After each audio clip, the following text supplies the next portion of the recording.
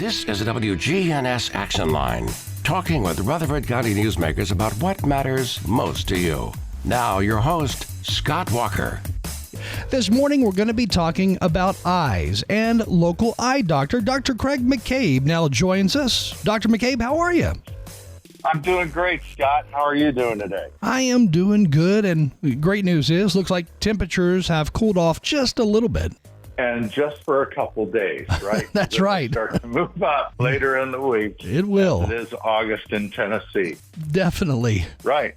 With that, with August, we have all of the young ones and older ones returning to school, right? Traffic goes up. Yeah. Everyone goes back to school. And also, everyone is huddled a little bit closer together than they were during the summer. And as a result of that, there's more spread of whatever germs they picked up and carried throughout the summer. And so parents will notice that their kids might be bringing home some colds. And with that, they might be bringing home some pink eyes. Oh. And I think everyone who has had pink eye before remembers what it was and how uncomfortable it was and how they may have spread it to someone else. And that's why it spreads through the school system so much, is pink eye is very contagious. And very itchy, too. Yeah, your eyes get red. They water a lot. Oftentimes, it can be hard to tell it from a bacterial conjunctivitis or even severe allergies. But of course, with the pink eye, your nose doesn't run as much. You don't have that postnasal drip as much as you do with allergies. But you do have a slightly pink eye that hears a lot, waters a lot, and oftentimes is very uncomfortable to mildly painful. Yeah, that's something I do not want to live through again. That's one of those things you get as a kid, as a youngster, and it's no fun, but adults can get it very easily too. Yeah, and the thing is, it's usually spread from kids to adults, and the kids spread it all through their school system. That's why they don't want you at school with pink eye. And the adults then bring it to work or whatever social gatherings they go to. And this time of year, you'll see by the end of the month, you'll know somebody that's had the pink eye. And the main thing is, how do you avoid it? And then if you are unfortunate enough to get it, how do you get rid of it as soon as possible? Yeah, how do you avoid it? You got to know how, whether it's a bacteria or a virus or a parasite, whatever it is, how it's spread. Some are spread by respiratory droplets, like we had with COVID. That was another virus. But this virus is different. This is called adenovirus, and it is spread through direct contact, which is usually you shake hands with somebody or you grab something that they have had, such as a doorknob. Maybe it's a bathroom doorknob. So it could be spread from people that you haven't known, never interacted with. They can leave it on things they touch, countertops, surfaces, knobs, a pen. Maybe it's the steering wheel of your car, and now your spouse gets in and drives the car. So all these kind of things that you may not think about are the way it's spread. And so then they grab that, they get it on their hand, and they rub their eye. So it's really eye to hand, and then either some object as an intermediate or directly hand to eye. And that's how it spreads. So the main way of stopping the spread is simply just to wash your hands or use Purell, something like that is an antiseptic to stop the spread of germs. I'm curious, the hand gel that you can buy at, pretty much any pharmacy, any grocery store, that hand gel that is antibacterial, the ones that you don't use water with, are those that effective in ensuring you don't catch something? You know what? They really are. They're like 99.9 or 99% effective. The key is that you have to use it frequently. And then, of course, the second thing, if you do have someone in the household with it, well, then you've got to go through a major wipe down. So you wash everything, the linens, the clothing, the doorknobs, the phones, pens, countertops, all those things that may have been touched. Okay, so good news there. Those really are very effective, and I guess most of us maybe should be using more of it. You know what? When we had the COVID days, everyone remembers those. What happened to the influenza or the flu spread those years? Yeah. Dramatically plummeted. And that's because we weren't kind of grouping together, and everyone was more neurotic about washing their hands. That they were. So that's the proof in the pudding, so to speak, that actually does work quite well. Again, Dr. Craig McCabe on the air with us this morning, and we do have a text message. By the way, that reminds me, I didn't even say this. You can text us any questions that you may have for the eye doctor, Dr. McCabe. You can text us at 615-893-1450, 615-893-1450. Now, this question, it says, my son recently went on a camp out with friends and another family, and they had a campfire. And it was during that campfire that my son got something in his eye. Not sure what it is, but what dangers are there surrounding campfires and the eyes and kids? Sounds like they should go to the eye doctor. Yeah, anything you get something to your eye, if it's during those times when you could go see an eye doctor, you should. But if it's causing pain, significant redness, even worse, loss of vision, then you need to get to an emergency room as soon as possible. And one thing they'll do is they'll wash it out just with, saline solution, a pH buffered sterile solution.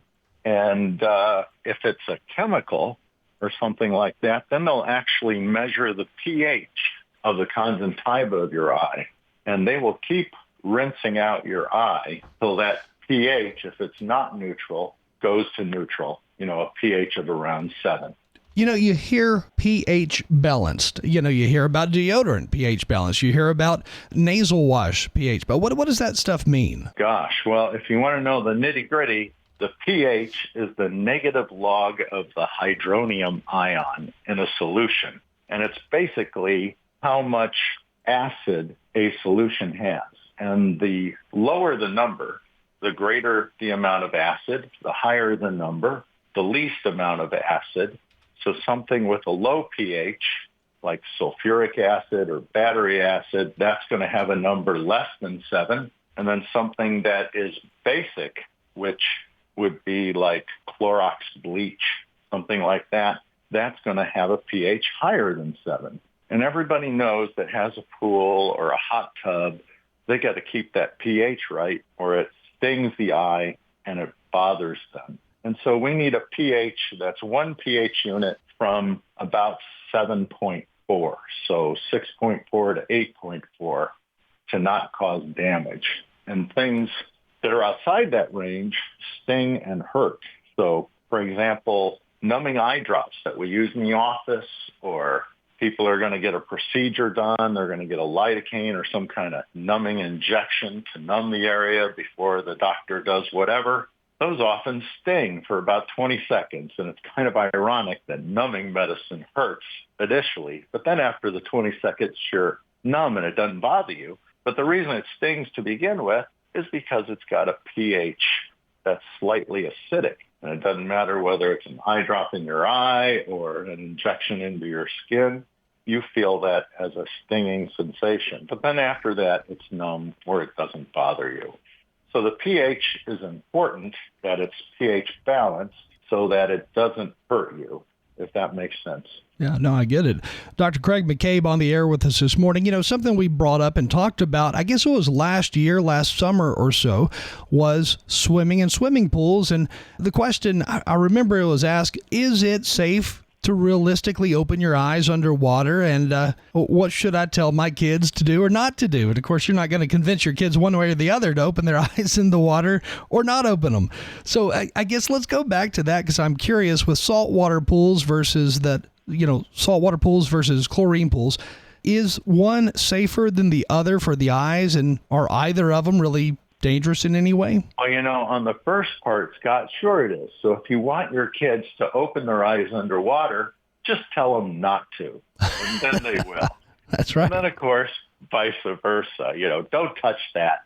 As soon as you turn your back, they will. But that's just a kid being curious. That's right. But anyways, what I try to do is we've got a local pool in the Indian Hills where I live or whatever, but I try to find out what day the pool people are coming to do the chemicals. And then I try not to go on that day or the next day. And then after that, they've somewhat diluted out a little bit, and I think you have no fear of that. And then probably the day or two before they do the chemicals, if it's a heavily used pool that's only done once a week, you might want to avoid that day before they do the chemicals too. So say a day before and after, where either the chemicals are too strong or too weak, might be good days to avoid. All right. Makes sense. And then, salt water versus chlorine, is one better or worse for the eyes? Well, the salt water that's used in pools is typically less than 1%, usually about 0.5%. And that's just fine. That won't bother you. Now, if you're going to the Dead Sea that has a greater than 5% salt solution, that will bother you. So once again, it's the concentration, but the salt that they use in low salt pools or hot tubs won't bother you. And chlorine will bother you usually the first day that they put it in because it's at a higher concentration. And, if you're jumping a battery or changing batteries in your car, wear some gloves, thin gloves, what have you, whatever, so that you don't get that on you. And then, of course, you should wear some kind of glasses. Safety glasses, of course, are best, but even sunglasses or something like that to protect you from having splashes of chemicals in your eyes.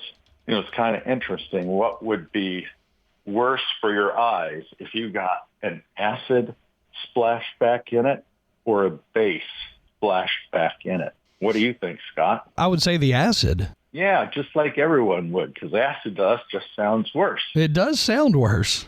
But it's actually the opposite. A base is worse. Wow. Because an acid will get, the chemical name is saponified, but it'll get coagulated by cell membrane proteins of our skin and our body, where a base is able to go through that lipid bilayer cell membranes, but it's able to penetrate into our bodies much more easily and cause more damage. So a strong base, like a strong Clorox solution and some chemical solutions, are actually much worse than battery acid. That's interesting. Speaking of pools and battery acid and all that stuff, one of my phobias whenever I travel is getting into a hotel hot tub. If the hotel has a hot tub, I'm talking about next to the swimming pool, I absolutely will not get in it. I just have this weird fear of bacteria and everything possibly in that hot tub. Something about that atmosphere is something I don't want to be a part of, and I'm sure my eyes don't want to be a part of it either.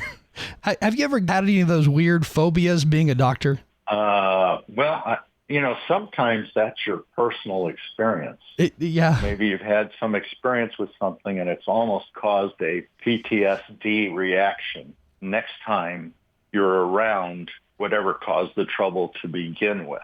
And did you ever have a problem in a I didn't. hot tub by a pool? No, never did. I guess it's just a fear of bacteria often grows more so in heat. And I know it may not grow in water, but maybe that's just it. Yeah, it is. It is. And actually, bacteria that infects our body grows best at body temperature. And that's why our bodies, when we get an infection, will develop a fever. And that's part of our body's defense mechanism to fight off the bacteria because it slows down their doubling rate or reproductive rate, so to speak, where they multiply and thrive, and allows our immune system to do a better job at attacking and getting rid of it.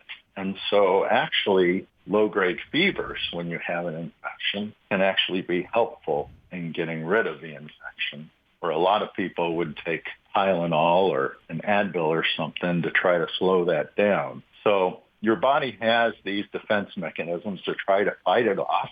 And if it's a irritant to your eye, the only thing your body has is to try to wash it out. And that's why your eyes water every time they get irritated. Makes sense. Again, Dr. Craig McCabe on the air with us. We have a few text messages to get to, and we will get to those right after this quick break. But Dr. McCabe's office, by the way, is 122 Heritage Park Drive right here in the borough, and that is directly off of Memorial Boulevard. So if anybody wants to set an appointment, I would say call his office, head to his website. His phone number, 615-904-9024. Dr. McCabe, stay with us because we have some more questions for you, and we'll get to those in just a minute. This is the Action Line. WGNS is powered by Middle Tennessee Electric, who offers energy-saving tips during the hot summer months. Schedule heat-related chores like cooking, cleaning, and laundry to early morning or evening hours. For more tips, go to mte.com/myenergyplan. Hi, this is Peter Demas. One of the things that we've done years ago is we being able to do our orders like our pastas and many other items that we used to be able to put them in large pans, and now we have a catering team that will even deliver it to your home. We can drop it off for you, set it up, or they can come in and pick it up. Look up our catering menu on www.demasrestaurants.com. This is Peter Demas at Demas's Restaurant, 1115 Northwest Broad Street in Murfreesboro. I'm a single mom, and as you can imagine, it's a fight sometimes just to get out the door. But when I need new tires or something's wrong with my car, I need to head to someone I can trust. I go to Tire World. Tire World, we keep your family rolling. Tire World, locally owned and operated. We're excited to announce that Capstar Bank is now officially a division of Old National Bank. The friends you've made while banking right here over the years are still here, and so are those delicious, warm, homemade cookies. Everything you enjoyed about Capstar is still at Old National Bank. In Murfreesboro at 2230 Dr. Martin Luther King Jr. Boulevard. Come on over and enjoy warm cookies with friends while doing your banking at Old National Bank. Old National Bank, member FDIC, equal housing lender. The Action Line on FM 101.9 and AM 1450 Murfreesboro, FM 100.5 Smyrna. Listen and watch at WGNSradio.com. Our guest today is Dr. Craig McCabe, eye doctor, and we'll take questions at 615-893-1450.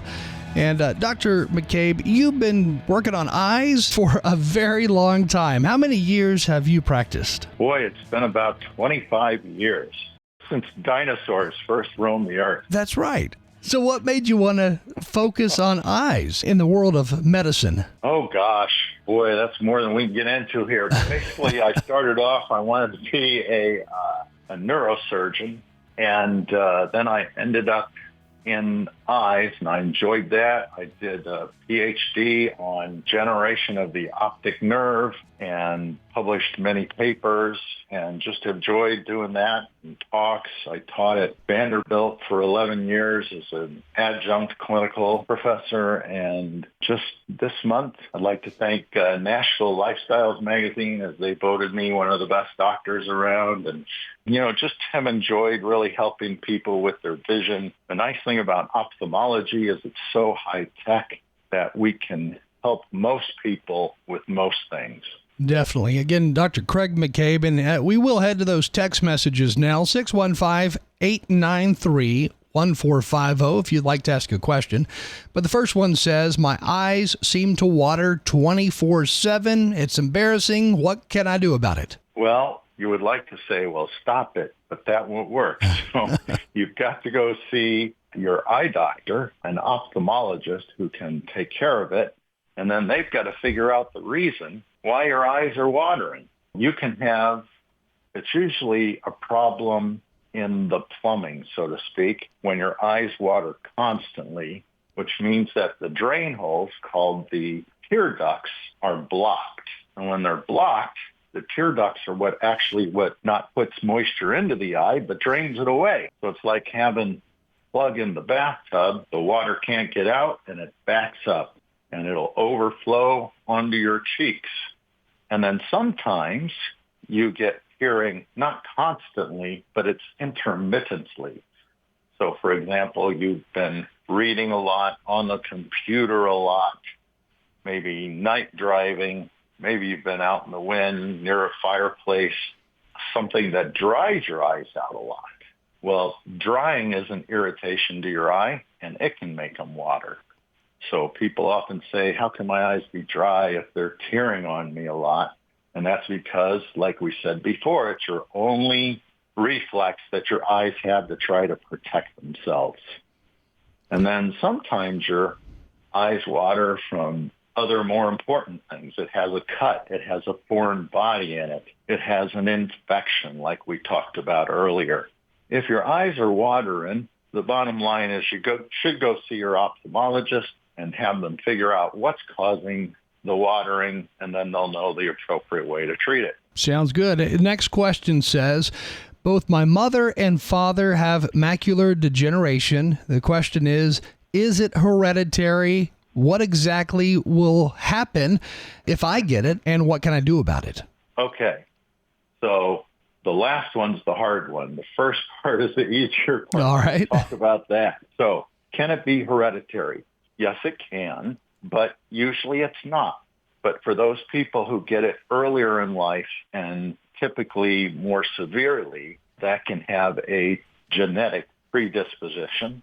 And there are some genetic tests that you can have that show whether not you're going to get it, but whether you're more likely to get it as you get older. You have the genes for it. But the facts are that 1 out of 10 people over 50 in our country have macular degeneration. And then as we get older, it becomes more prevalent, such that if you're 75 years and older, which didn't used to be a lot of people in our country 50 years ago, but now it is, and it's becoming more so.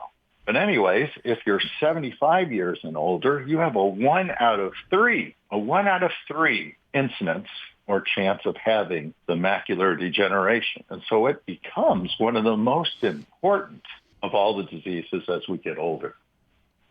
1 in 10. Yeah. That's pretty high number there. That 1 in 10. Yeah, that's in the 50s. But if you're 75 and older, it's 1 out of 3. So more than triples. Now, what can you kind of help do to keep from getting it? And these are all the things to having a healthy body, a healthy lifestyle.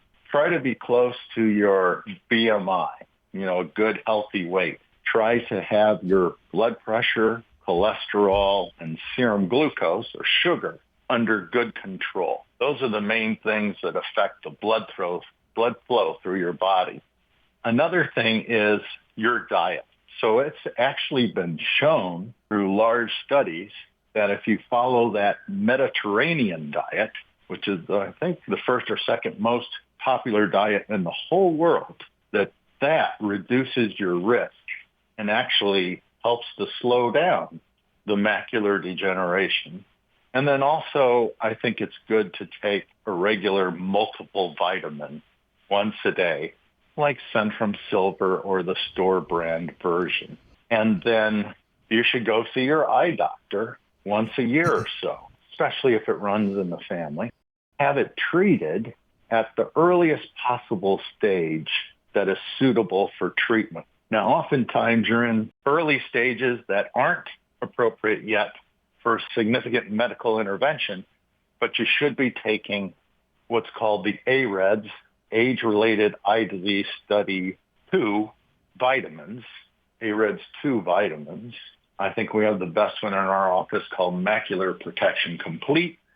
But anyways, you should take those, and this is per a large U.S. NIH study, which show that they can help slow down macular degeneration by up to 25%. It's not 100%, but when you involve huge numbers of people that have it in our country, this makes a significant benefit to the people of our country just to take these macular degeneration vitamins and the Mediterranean diet to help slow it down. And then once your eye doctor does diagnose that you have it, actually new in this last year is we now have some medicines that can help slow down the more severe forms of what's called the dry form of macular degeneration, which 10 times more people have in our country than the worst wet form. But the goal is to try to slow it down, take care of it in its earlier stages.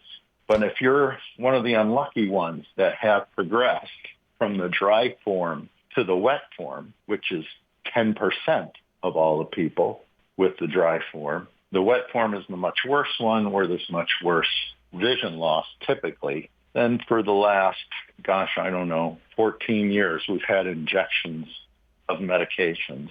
And probably our listeners may know someone who gets injections in their eyes on a monthly basis or every other month for the wet form of the macular degeneration. And so that kind of takes you through all the different phases there.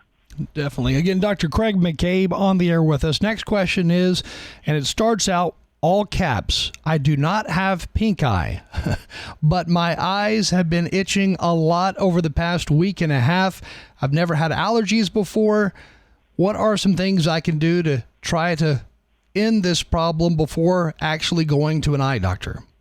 Yeah, so the first thing is to take some artificial teardrops, some lubricating, re-wetting drops, as the most common cause of mild eye irritation is a dry eye problem. So you can go to the drugstore, over the counter. The ones I like are called Ivisia because they are preservative-free. There's other preservative-free forms that don't come in a bottle, that come in little tubes from Sustain, Refresh, TheraTears. All these brand names made in the U.S. are good products that you can feel safe about. You know, we had this really bad thing with these drops from other countries last year that actually caused people to get significant corneal ulcers. Some people lost their eyes, lost their vision, and they were from cheaper, non-brand name products. So I would stay with the ones I mentioned, and you use those artificial teardrops 3-4 times a day. And if your issue does not get better in 4 or 5 days, then it's more than just a dry eye problem, and you should go see your eye doctor. Now, I know that text message said, I do not have pink eye, but would somebody be able to say for sure, without a shadow of a doubt, hey, this is not pink eye, if their eye's been itching for a week?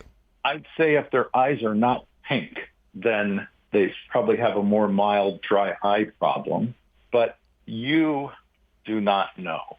Just like I don't know if I get pink eye. It could be from various causes that make our eyes red or the blood vessels larger, injected.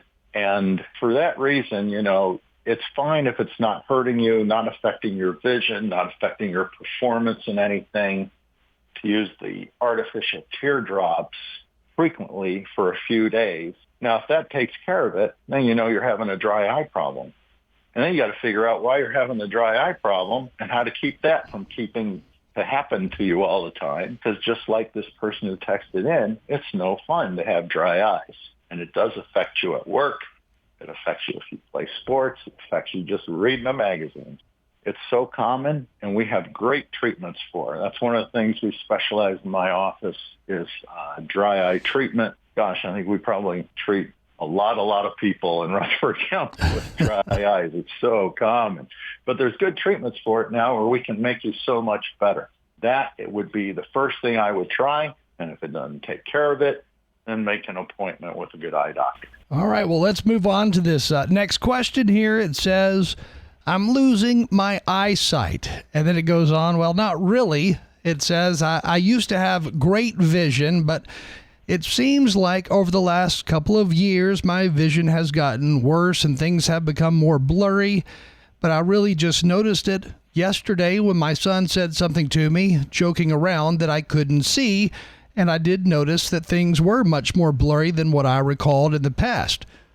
Could I really be losing my eyesight, or is this just me getting older? Then it says I am 65 years old. Right. people don't really lose their eyesight when they don't have a recognized diagnosable disease or issue until they're about 85. And you should have very good vision, 20/20, 20/25 vision, with glasses or contacts by that age. And if you don't sum it up to, well, I'm just getting older. It's old age.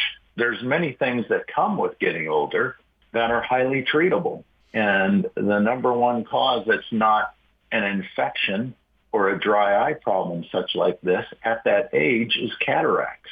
Now, you may or may not have cataracts, but certainly so many of these things can be diagnosed and treated, and you can have better vision. But you got to make that appointment to go see your eye doctor to try to get these things, first of all, diagnosed and then treated, and then you'll be back on your way to better vision. Absolutely. Again, Dr. Craig McCabe on the air with us this morning. Only have a few minutes left, but it seems like there's a lot of folks out there who go through life never really getting an eye diagnosis, never really checking their eyesight on a regular basis like they should. And then next thing you know, the first time they do go to the eye doctor, they realize for the first time they really need glasses. Yeah, well, or they may have some underlying more important issue.